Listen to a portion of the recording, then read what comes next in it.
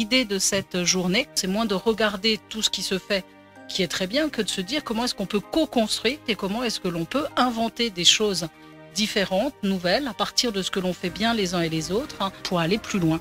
Il y a des tas d'opérateurs là qui sont invités ce soir, avec lesquels l'EPID a passé convention. Donc on va traduire des ambitions par des actions.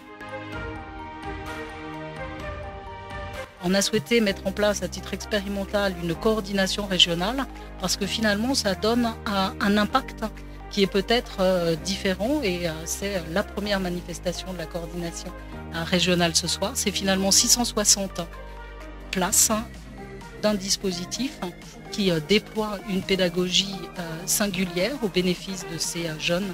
Ces jeunes, ils sont une chance évidemment pour les entreprises. Donc il y a une espèce de force dans ces quartiers, de la jeunesse, qu'il faut utiliser.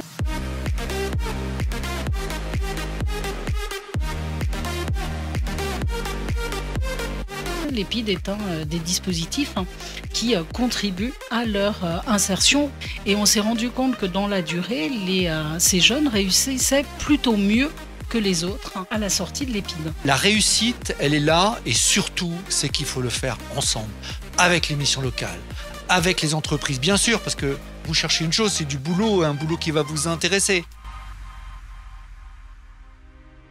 On a la conviction qu'on ne le fera pas seul et que ce qui est nouveau à inventer, eh bien, on arrivera à le faire. 2023, je trouve que c'est une opportunité énorme pour à la fois rendre plus lisible, coordonner, mettre du sens et se réinterroger sur les priorités fondamentales. Si vous voulez en savoir plus, si vous voulez aller plus loin, si vous voulez poser des complémentarités, eh bien vous serez les bienvenus pour le faire aux côtés de l'EPID et de tous les opérateurs mobilisés ce soir en 2020. Il ne faut pas un jeune sur le bord de la route et il y a encore du taf. Merci.